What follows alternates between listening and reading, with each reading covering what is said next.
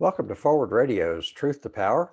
I'm Hart Hagan, and we're here with Doug Lowry of Sowers of Justice Network, and especially our featured guest is Jackson of Fractracker Alliance, which can be found at fractracker.org.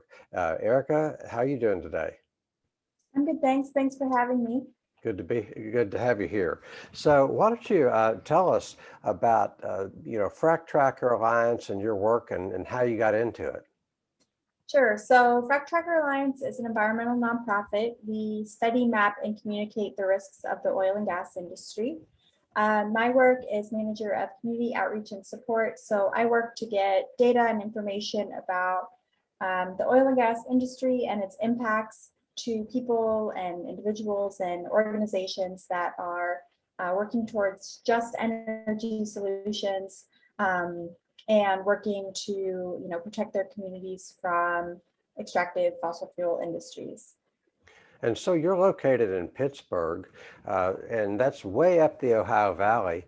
But there's a lot going on in oil and gas in the Ohio Valley, isn't there? Yeah, definitely. So we're above the Marcellus and Utica shale formations. So those are two of the biggest fracking, or two of the biggest shale formations in terms of fracking. But there's also just a long history of the oil and gas industry in this region. Since the 1800s, this part of the country has been exploited for its natural resources. Right. Well, that's what we do here, right? So Erica Jackson is the manager of community outreach and support for Fractracker Alliance. She leads Fractracker Alliance's outreach efforts and supports mapping and data needs of communities impacted by the oil and gas development. You received your bachelor's degree in environmental studies at the University of Pittsburgh, and you've also done research with Pitt Center for Healthy Environments and Communities. Some of that was around like the social justice aspect of air quality. Am I on the right track with that?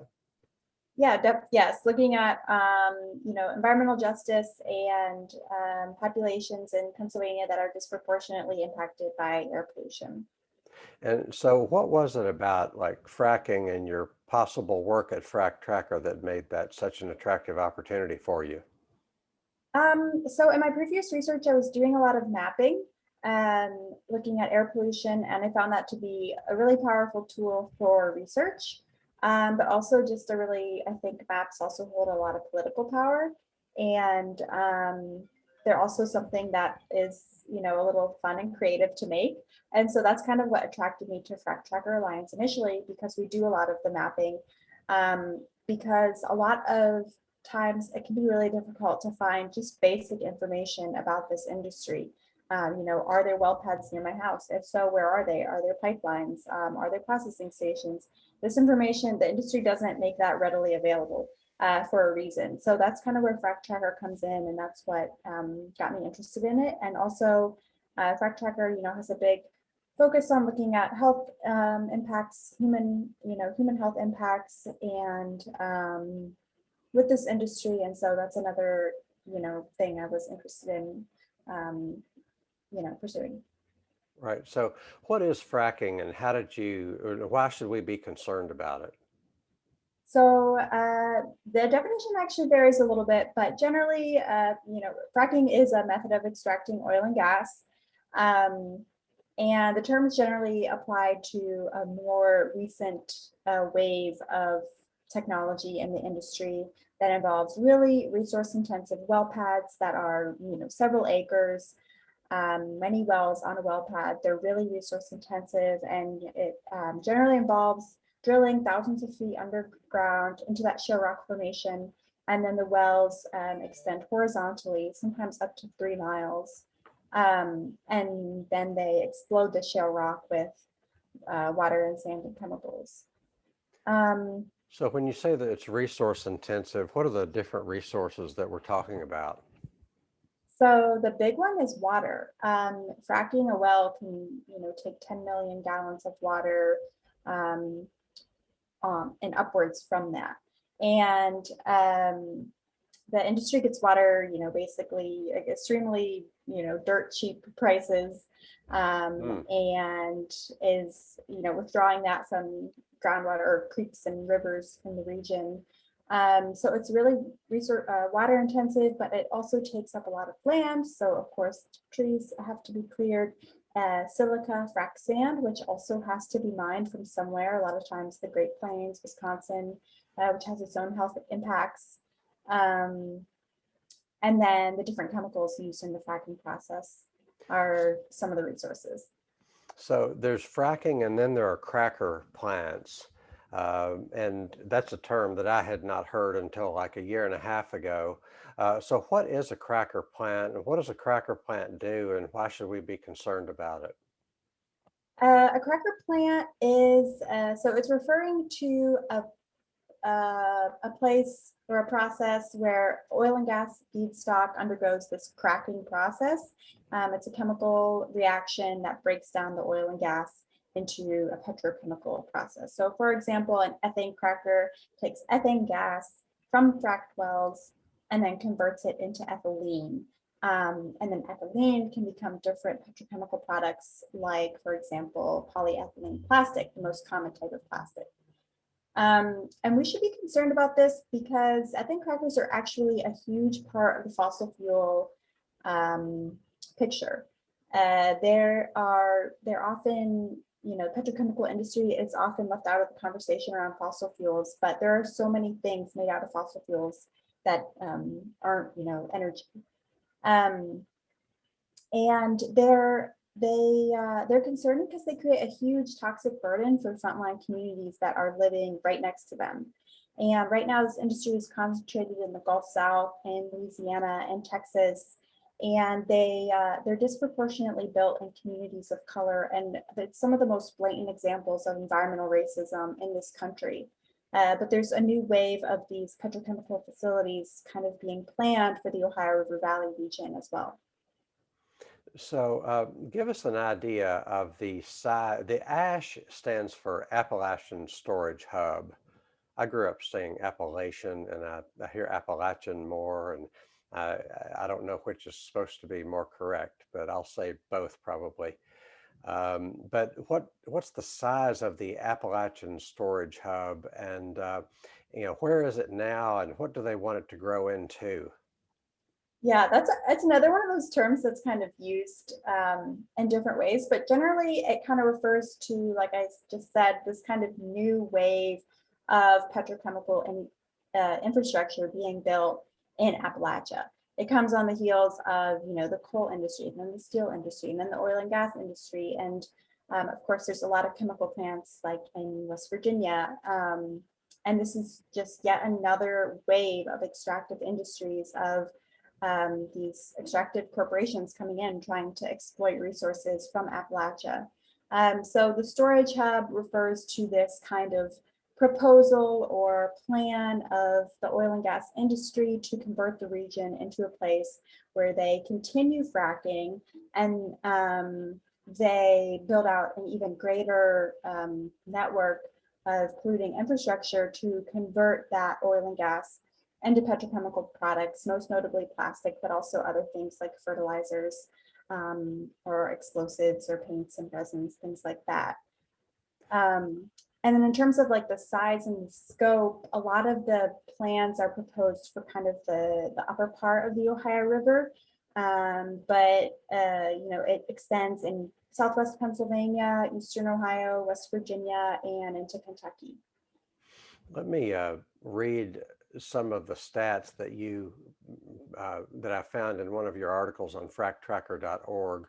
The Department of Energy predicts that production of ethylene from ethane in the Appalachian Basin will reach 640,000 barrels a day by 2025. 640,000 barrels per day. That this include so here's a stat: 12,500 shale and oil gas wells, of which about 5,000 in Pennsylvania, 3,000 in Ohio, 4,000 in West Virginia, and about 200 in Kentucky. And then there are these, I know I'm mixing fracking and cracking here, but it's hard to But 153 class 2 injection well, this is all about fracking right now. So 153 class 2 injection wells, which are used for disposal of fracking wastewater, two of which are in Pennsylvania, 100 in Ohio, 42 in West Virginia. So this is just a massive installation, and give people an idea of how much of a big deal this is in terms of like the economy and the politics and also people's health. Is that a fair question? Yeah, it is. And one thing I think it's really important to say about those estimates that come from, the Department of Energy or the industry itself is that they're oftentimes gross overestimates, and the industry being overly, excited about the proposed plans. So a lot of these proposals were put into place, 10 or so years ago, when the economics for the petrochemical industry looked a little bit better than they do now. And so while, industry in this part of the region was planning on building, 5 or 6 ethane crackers along the Ohio River, so was China and Russia and countries in Europe. And what's happened is there's been this global oversupply for petrochemicals and for ethane crackers, and it's kept prices low. So those big predictions aren't happening. They said 5 ethane crackers would be built along the Ohio River, and there's one that's under construction by Shell in Beaver County, Pennsylvania, and they're already saying, financial experts are already saying it's not going to be as profitable as predicted. There's one in Ohio. Sorry. So if it's not profitable, then it just won't happen and we can go home and not worry about it, right? Unfortunately not. So unfortunately, these things are heavily subsidized. So, like the Shell ethane cracker in Pennsylvania received a $1.6 billion tax break to be built. And organizations like Jobs Ohio and economic development organizations are really pushing to make them happen. So we can't just ignore these plans. I just want people to know when they read these estimates that the economics of the industry are actually looking really poor right now. Combined with the fact that cities and towns are banning plastic,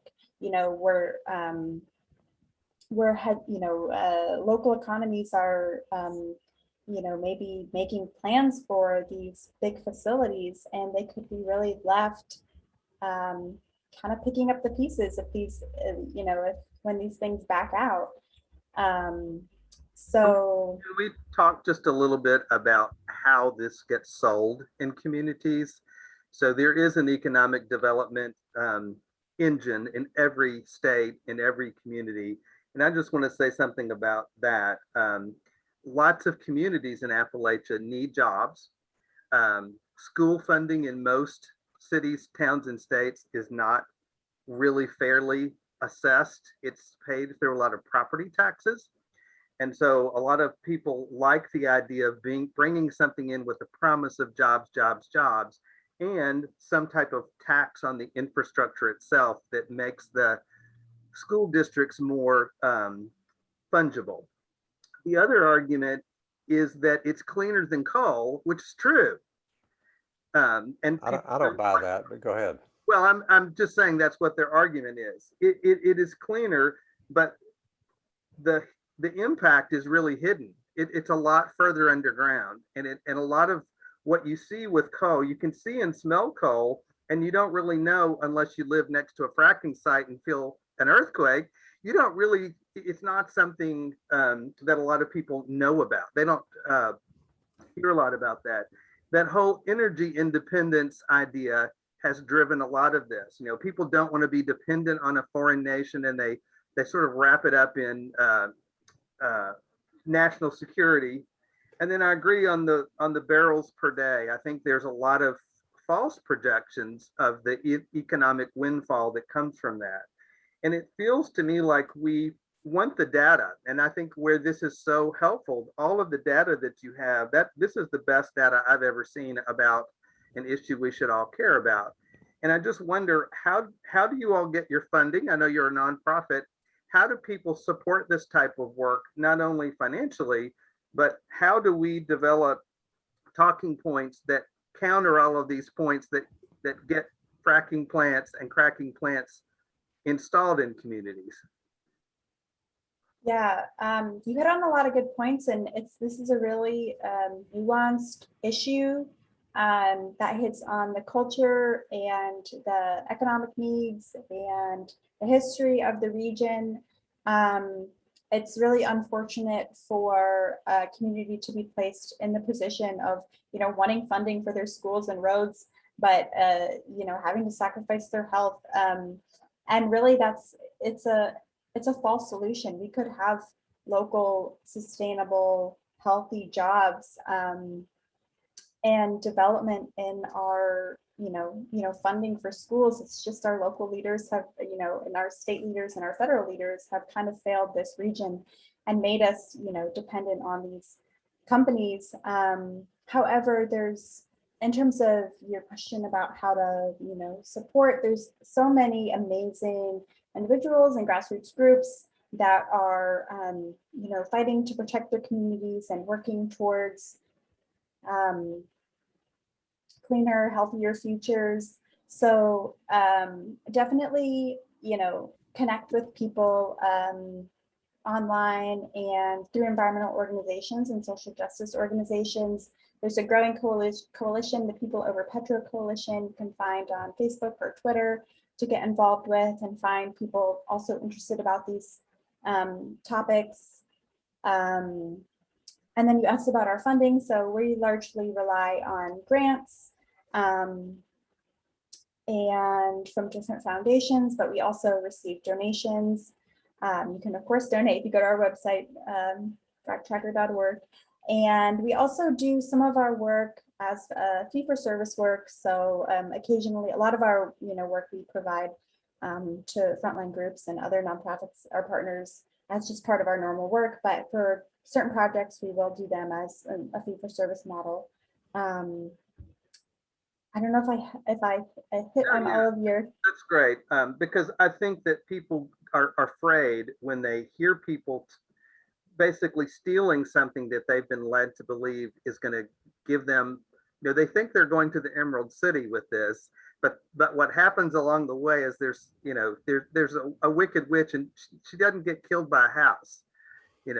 This is something that you live with forever. The way that the earth is used in fracking is dangerous. The pipelines are dangerous. And what I like to tell people, we have what's called karst topography here. We have dangerous topography for this because when the fracking or cracking, either one, is something that can really damage our groundwater.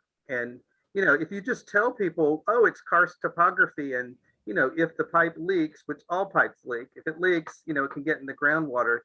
But when you attach it to things that people care about, like bluegrass horse farms or Mammoth Cave or drinking water, Louisville likes to say we have the best, one of the top 3 drinking waters in the country. That's part of our marketing campaign to get people to move to Louisville or invest in Louisville as a business. We have a lot of whiskey, and that whiskey depends on the water quality. So when you tell people, hey, let's see, you care about whiskey, you like horses, you've been to Mammoth Cave, you like to drink water, all of those things are at risk. Yeah, it's a good point of, finding common ground.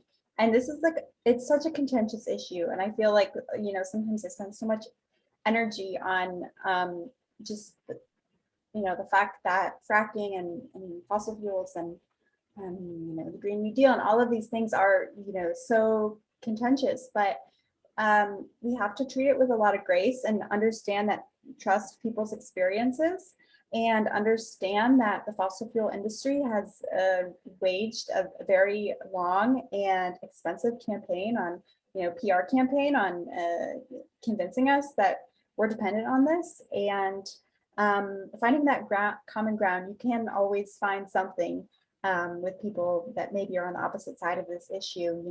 Most people at the end of the day, understand that these large corporations are, their bottom line is profit. And, you know, they want the job, but can understand and have a little bit of distrust in that. And also, you know, no one wants their water poisoned or their air poisoned.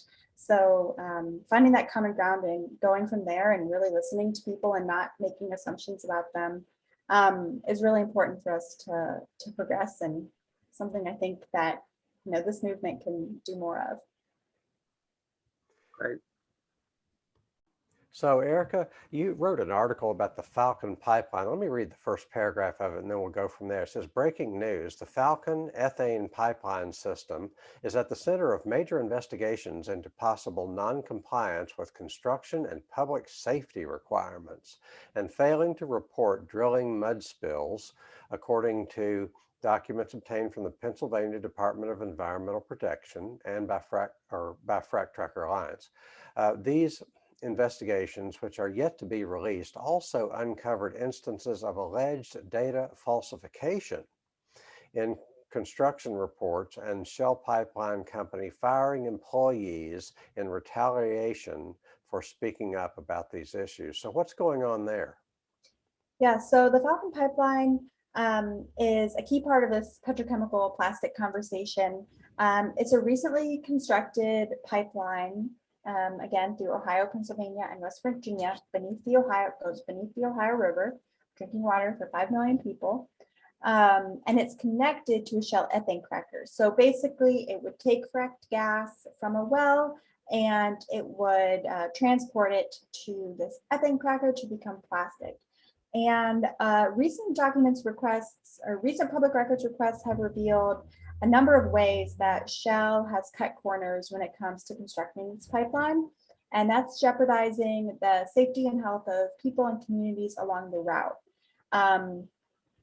You know, workers on this project have felt the need to risk their job to come forward as whistleblowers and report some really serious concerns to authorities at the federal government.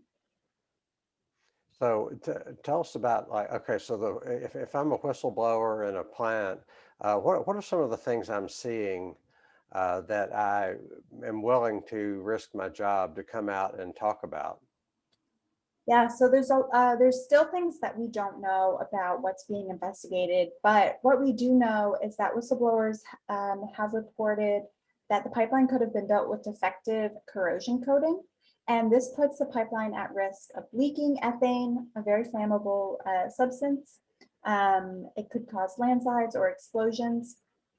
Witnesses have also reported Shell firing workers in retaliation and falsifying construction reports. And these types of construction reports could jeopardize drinking water sources for people who have water wells along the route, or people who rely on reservoirs that the pipeline crosses. So those are, sorry, I was just going to say those are some of the allegations that have been reported. There's a lot that's, again, we don't know, but these allegations have been vetted by public agencies and reported up the highest chain of command. So we know that they're not, you know, they weren't just brushed aside. There's definitely credibility to them. Right. So you mentioned drinking water. Louisville is down, you know, the Louisville's right next to the Ohio River. We get our drinking water from the Ohio River. We're downstream from all of the fracking. We're downstream from the fracking waste. We're downstream from whatever they do with the cracker plants. So what are some of the specific concerns that we should have about our drinking water? Yeah, so the Falcon Pipeline crosses the Ohio River much further upstream, kind of near the panhandle of West Virginia. And however, you know, it's carrying ethane every day, and I mean, it's not now, but if it comes online, it would be. And if it were to break or rupture, or there were some incident The ethane would be released into the Ohio River. And the communities most at risk would be, in Ohio, West Virginia, Steubenville, Weirton. However, it would be carried downstream, and that pipeline is one of many pipelines that crosses the Ohio River. It's one of many petrochemical plants that are permitted to discharge different pollutants into the Ohio River. And with the build out of the petrochemical industry, it would just be increasing and expanding that toxic burden on the Ohio River, which is already one of the most polluted rivers in the country. Right. What are some of the specific health problems that stem from either fracking or ethane cracking? Yeah, so the whole process poses different risks through air, water, and soil pollution.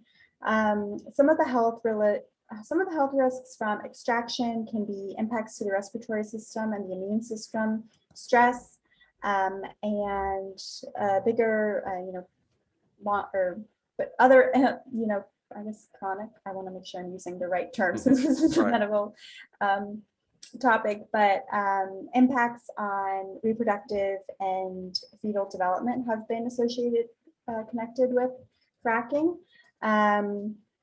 And many of the chemicals used in the process are carcinogens.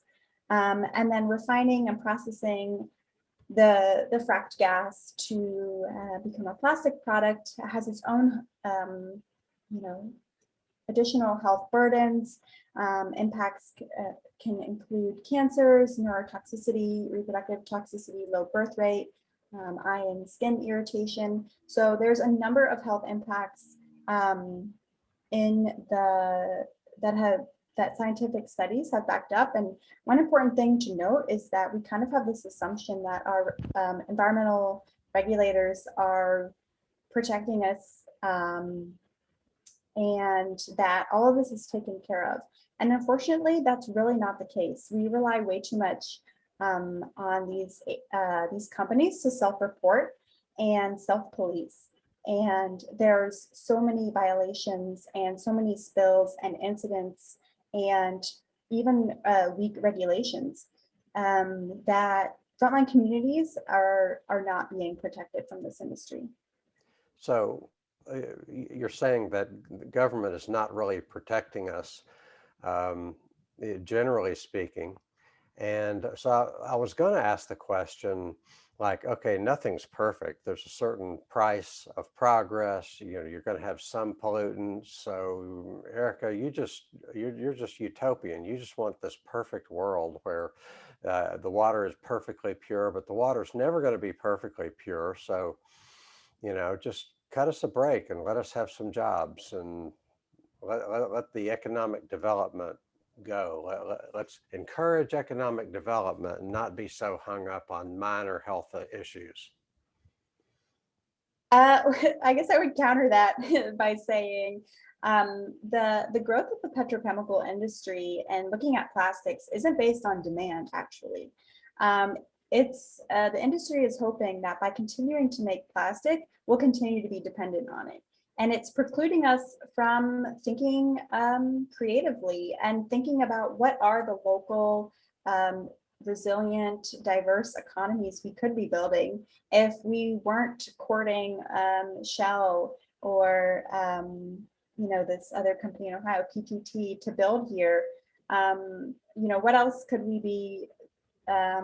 What could we be investing in our communities? Regenerative agriculture, or renewable energy, or ways to be more energy efficient and use less energy and rely more on public transportation or biking and change the design of our cities. There's so many creative solutions out there, and so many people are already working on that and doing amazing jobs, and market forces are also kind of just lending themselves to the growth of renewable energy. But because these extractive industries have such a strong influence on our government, we're not thinking about alternatives as much as we should be.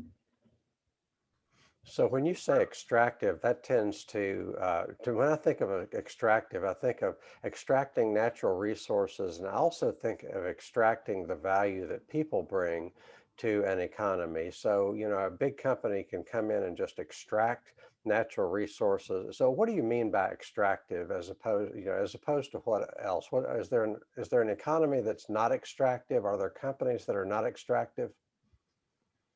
Um, that's a really good point you bring up. So by extractive, yeah, I mean, a company is extracting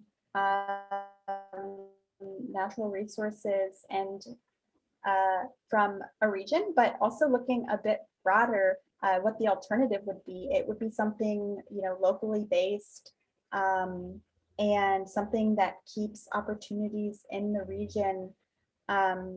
Areas that have been heavily impacted by coal and oil and gas, they've actually seen a decline in population and jobs despite the promises of these industries. Many of the jobs and money are going to people elsewhere. So the alternative to extracting and kind of colonize, these companies kind of treating the region as a extraction colony, would be for people to kind of have some agency over their community and their land and their resources, to develop them in a sustainable way. And you mentioned regenerative agriculture. So does regenerative agriculture play into that scenario? The opposite of extraction. Yeah, I think one big petrochemical product is fertilizer, and it's I don't have all of the solutions, or really, I can't even, I don't have any or all the solutions or answers to how do we live with it completely without fossil fuels, because there really are so many petrochemical products. And yeah, one of them is fertilizer, but what would it mean if we weren't so dependent on these synthetic fertilizers? Oh, And exactly. to rethink our agricultural system. And so For yeah, that definitely example, plays a part. let me chime into that. So, everybody eats, traditionally 3 times a day, and there's a lot of money that goes into that. And if we had some assistance and some support, and even without assistance and support, we can move toward growing more of our food locally, growing more of our food regeneratively. If you look at how we get our food, or if you look at the grocery stores, if you look at the food, what I call big food, which is not just fast food, but also full service restaurants and also groceries, that they come into our community, they set up shop, and they extract money from our community.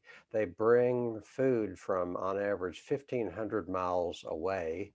There's a lot of work to be done that could be just if you start with food, then that would be a great way to have a good, strong local economy, assuming we're spending we're spending about 10% of our money on food and 20% on healthcare. Somebody has observed that if we spent more of our money on food, we'd spend less of our money on healthcare. So there's lots of things that can be done, and so that's what I hear you saying, that So, there are opportunities. Yeah, Doug. let me jump in here and just ask, given what you know, Erica, about earthquakes and pipelines, do you think it's a good idea to build pipelines and do fracking and have these plants in the middle of the New Madrid earthquake zone? Because that's where we are. In 1810, the geography of Kentucky was dramatically changed. Reelfoot Lake, it was formed. That's our border between Kentucky and Missouri.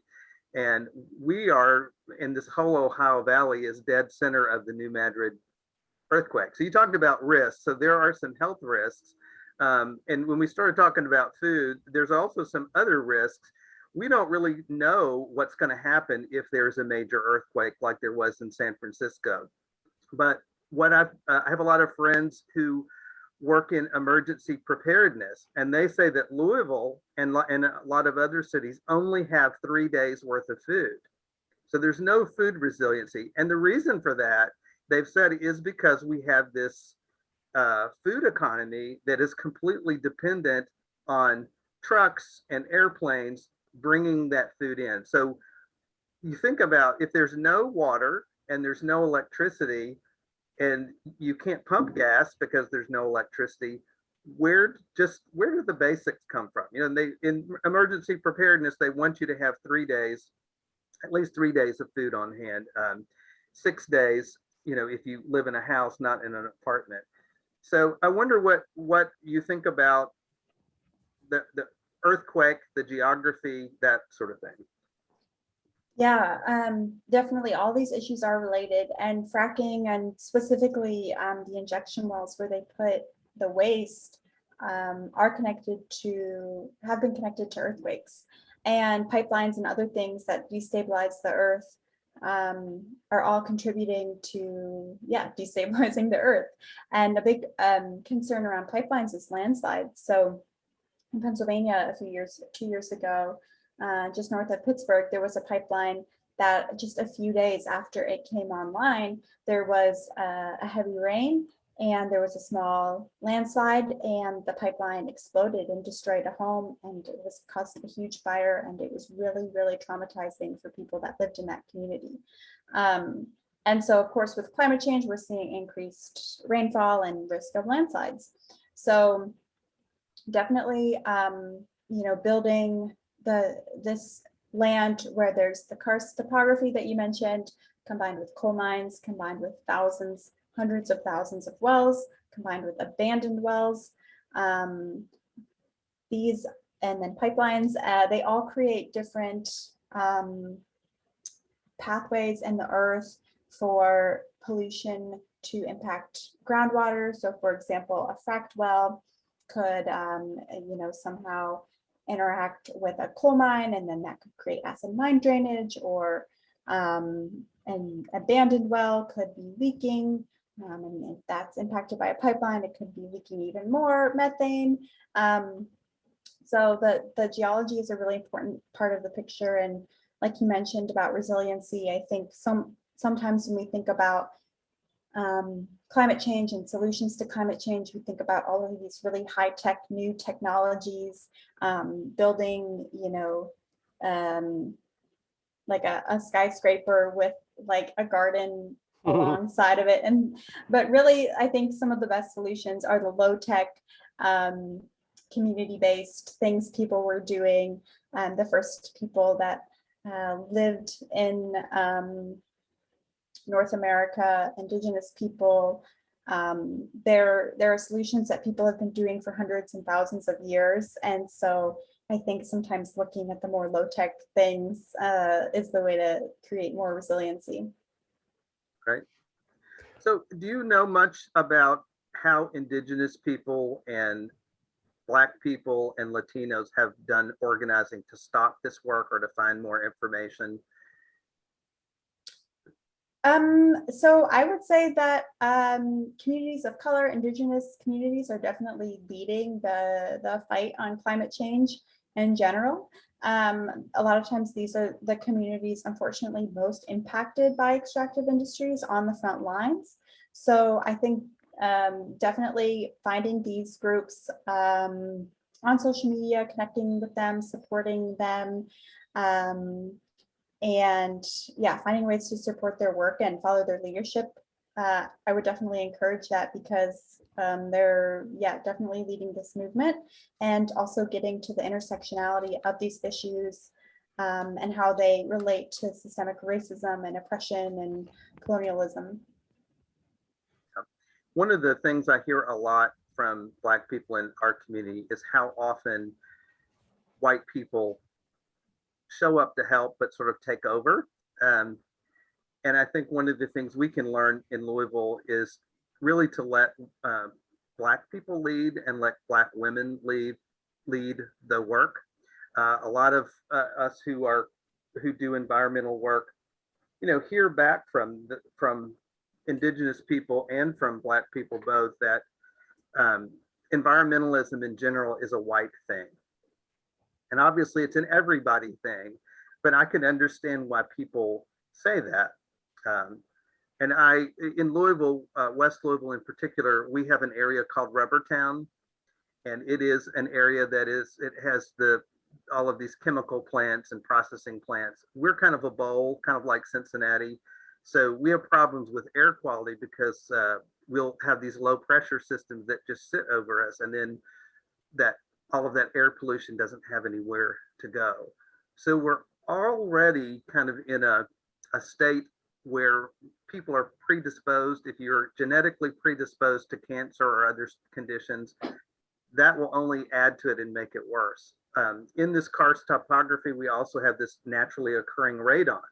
So that's another thing that can make you predisposed. I used to be a healthcare administrator, and one of the things that I learned in oncology, the work that they're doing, there are multiple risk factors. So your goal is, you might have, if you already live in an area with a lot of risk factors, you don't want to add any more risk factors. So it sounds, from a health standpoint, Louisville is the cancer capital of the world. We do a lot of smoking. We have more smokers than anybody else in the United States and Kentucky.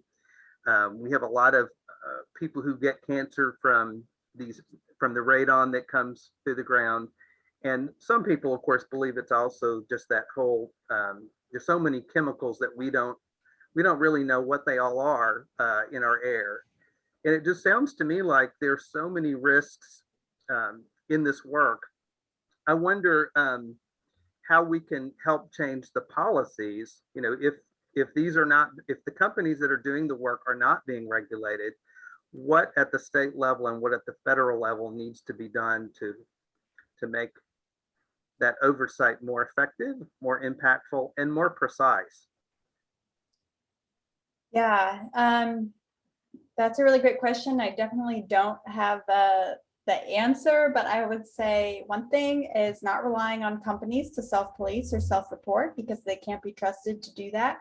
Right now, the state, like the state Department of Environmental Protection, or it's different in some states, they're basically set up to permit polluters, and they can't look at the state cumulatively and say, oh, on account of climate change and the cumulative burden, and we're just going to deny this site, even though it meets the permit requirements. Overall, the science says we can't be permitting new oil and gas infrastructure. They have to permit it. And so I think we need a fundamental shift in the way those agencies are set up. There was just the International Energy Administration just released its strongest warning yet, that we, as the whole world, cannot be developing or investing in any new fossil fuel infrastructure. So any new well or processing plant or fracked gas power plant that is permitted is in direct defiance of what global scientists around the world are calling for. But unfortunately, like, these agencies are just going to keep permitting because that's how they're set up. And we definitely need action at the federal level to make this just transition, and to make it in a way that supports workers and supports communities that may be dependent on these types of jobs. But then we also need action, on the local level, and local organizers. And it's been so inspiring just in the past year. I feel like I've learned so much from local organizers and the power of local organizers to take care of their communities. So I think that's, policy is really important, and we need it if we're going to tackle climate change. But yeah, I think this past year has really shown just, also the power of local organizing.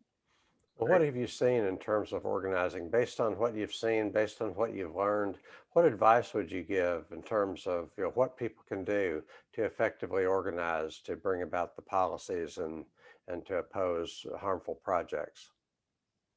That's a good question. And again, I don't know if I'm qualified to be giving advice, because I'm not, my job isn't an organizer. I'm, doing more of the mapping and data stuff, but just from what I've seen from partners and colleagues and people in Pittsburgh, I would say people just having the agency or feeling empowered to just step up and show up to different events and get connected with like-minded people. I think protests are really powerful, powerful organizing tool, canvassing, talking with your neighbors and finding that common ground, even if you don't think you have common ground.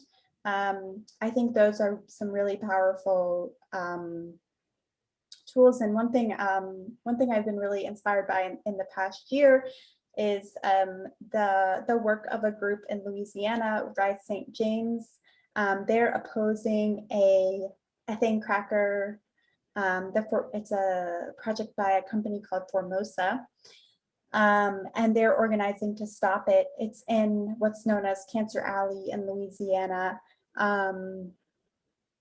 And it's a really clear example of environmental racism in which part of this parish or this county in Louisiana, St. James, there's already a huge toxic burden from the petrochemical industry.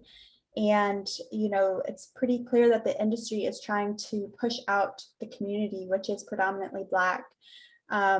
But this group, Rise St. James, has been super loud. They've been organizing protests and events and showing up, talking with politicians, writing letters to the editor. I think they've done, different billboard campaigns and direct action and marches. They've connected with national leaders in the environmental justice movement. And so far they've been super effective. They've gotten a number of prominent, leaders to speak out against this project. They helped stop another similar project in the parish. So I think that's Rise St. James is the name of the group. Definitely look them up, follow them on social media. And that's one example that comes to mind. What other groups have you worked with? If you had to name like 3 or 4 or 5 groups that like people should know because they're doing good work. I mean, one of them would be fractracker.org, right? And then yeah, gosh, it's so hard because I don't know if I should think nationally or regionally. I guess I'll think about this region since that's kind of what I'm here to talk about. So like I mentioned before, there's this coalition of groups called the People Over Petro Coalition. And so it kind of brings together a bunch of groups that are organizing to stop the petrochemical build out. And there's a bunch of groups involved. Some of the leaders are concerned Ohio River residents. They're working to stop another ethane cracker by a company called PTTG. And they're trying to stop that in Belmont County, Ohio. There's OVEC, the Ohio Valley Environmental Coalition, working in West Virginia. There's Mountain Watershed Association and Center for Coalfield Justice doing great rural organizing in southwestern Pennsylvania. There's River Valley organizing in Ohio. There's support of some of the larger national groups like Sierra Club and Climate Reality Project that are supporting this work. Gosh, I feel bad, like I know I'm missing so many, but those are a few that I know that are working in this region. so Sierra Club has Beyond Fossil Fuels, Cheryl John Cox. Yes. Yes. I'm acquainted with Dustin White of OVEC, and Randy Pokladnik works with OVEC some. She's a chemist and a former chemistry teacher. She can tell me stuff about chemistry I didn't know, you know what I'm saying? Yep. Yeah, those are all great leaders doing great work, and a group that is doing a lot of work around the Shell ethane cracker. The acronym is BCMAC. Beaver County Marcellus Awareness Community. They're kind of the group that's been leading the fight to protect the health and environment around the shell ethane cracker. One thing that Doug mentioned was economic development. Maybe you mentioned it also, Erica, but economic development sounds so benign. It's like, who would not want economic development? But a light bulb went off with me when I saw there's this guy named Jeremy Edgeworth who was on a video, and he's like with the Department of Transportation in Kentucky, and he's just kind of like, he's got graphics and he's got Kentucky on a map. He's got a map of Kentucky, and Kentucky is it looks like the bullseye of this thing. And it's showing how Kentucky lies in between all of these transportation networks, whether you're talking about highways, railroads, waterways, pipelines. And he's naming all these stats, like, here's how much we shipped with fossil fuel, like over Kentucky waterways. Here are how many tons of fossil fuels have been shipped, how many tons of like silica sand for fracking, et cetera, have been shipped. And it's like, and I'm thinking, like, this is a good thing. This guy's boasting about all this stuff, like all of this shipping is a good thing. And I'm thinking, how much of this trickles down? How much of this wealth that's generated goes to average people? And how much of it is just, we're polluting our waters, we're deforesting to build ports and highways, et cetera. So end of rant. Well, I think there's some opportunity. Part of our economic development plan in Louisville is we are a transportation hub. We're in the central of the country. That's why UPS has a hub here, because we're centrally located. We don't have a lot of severe weather. We have all of these confluences of rail lines, highway lines. We have a suitable airport, et cetera, et cetera.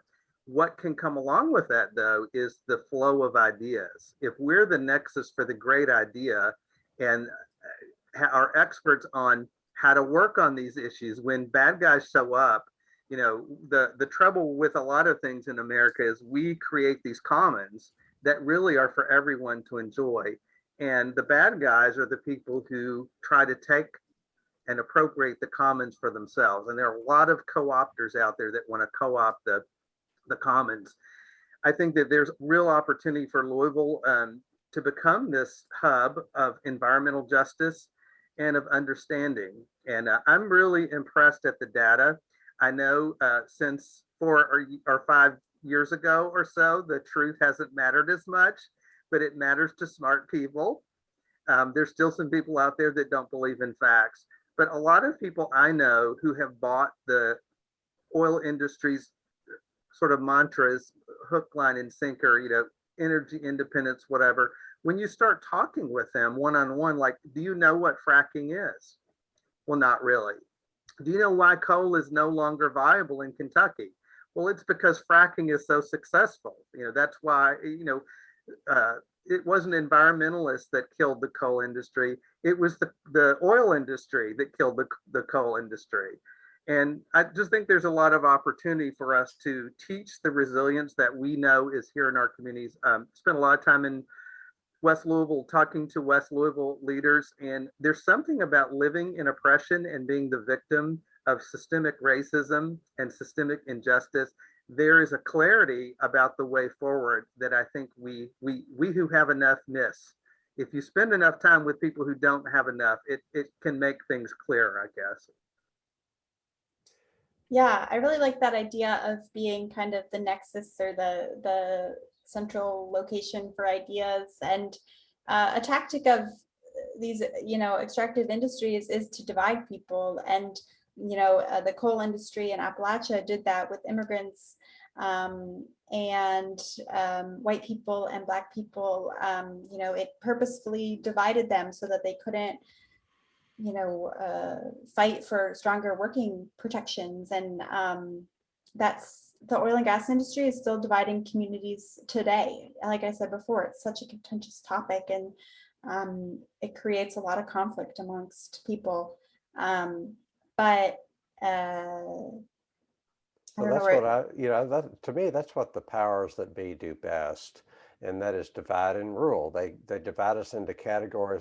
I told a friend of mine the other day that left and right is hogwash. I mean, he identifies with being on the right, and I say left and right is hogwash. Those are just labels that people have invented, and we have a lot more in common than assuming somebody is not just bullheaded and dogmatic and that kind of thing, but using labels to divide us, using like tribalism to divide us, or using you're pro-American or anti-American as if America is like this definite thing and not a lot of different things.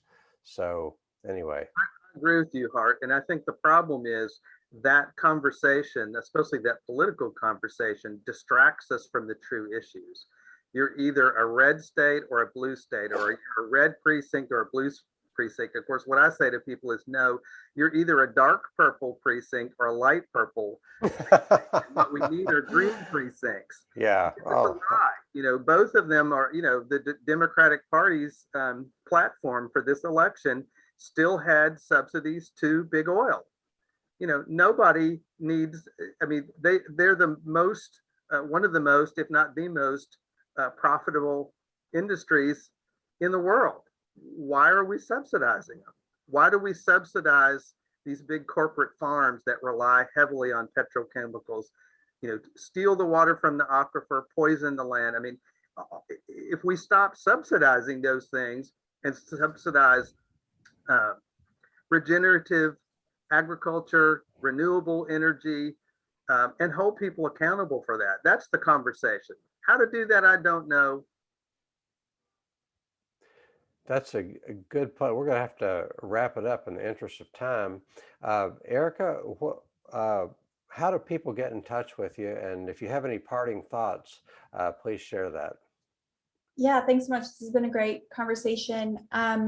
So definitely reach out to Fractracker Alliance with any questions, comments, follow up. Like I said earlier, we do a lot of mapping and data. So if you are concerned about a fossil fuel project in your region, reach out and we may be able to help. You can find us on social media if you search Fractracker Alliance, FRACTRACKER Alliance. You can email me directly at jackson@fractracker.org. And then what would be really awesome is we have a petition going right now, encouraging people to call on the federal agency that oversees pipelines. Their acronym is PHMSA, to hold a town hall on the Falcon Pipeline. And you can sign that petition and share that petition if you go to tinyurl.com/PHMSA Falcon. So tinyurl.com/PHMSA Falcon, and sign that petition and share it around. That would be really awesome. Okay. Well, thank you so much for joining us, Erica. Thank you, Doug Lowry, for joining us. And audience, have a great day. Thanks. Thank you.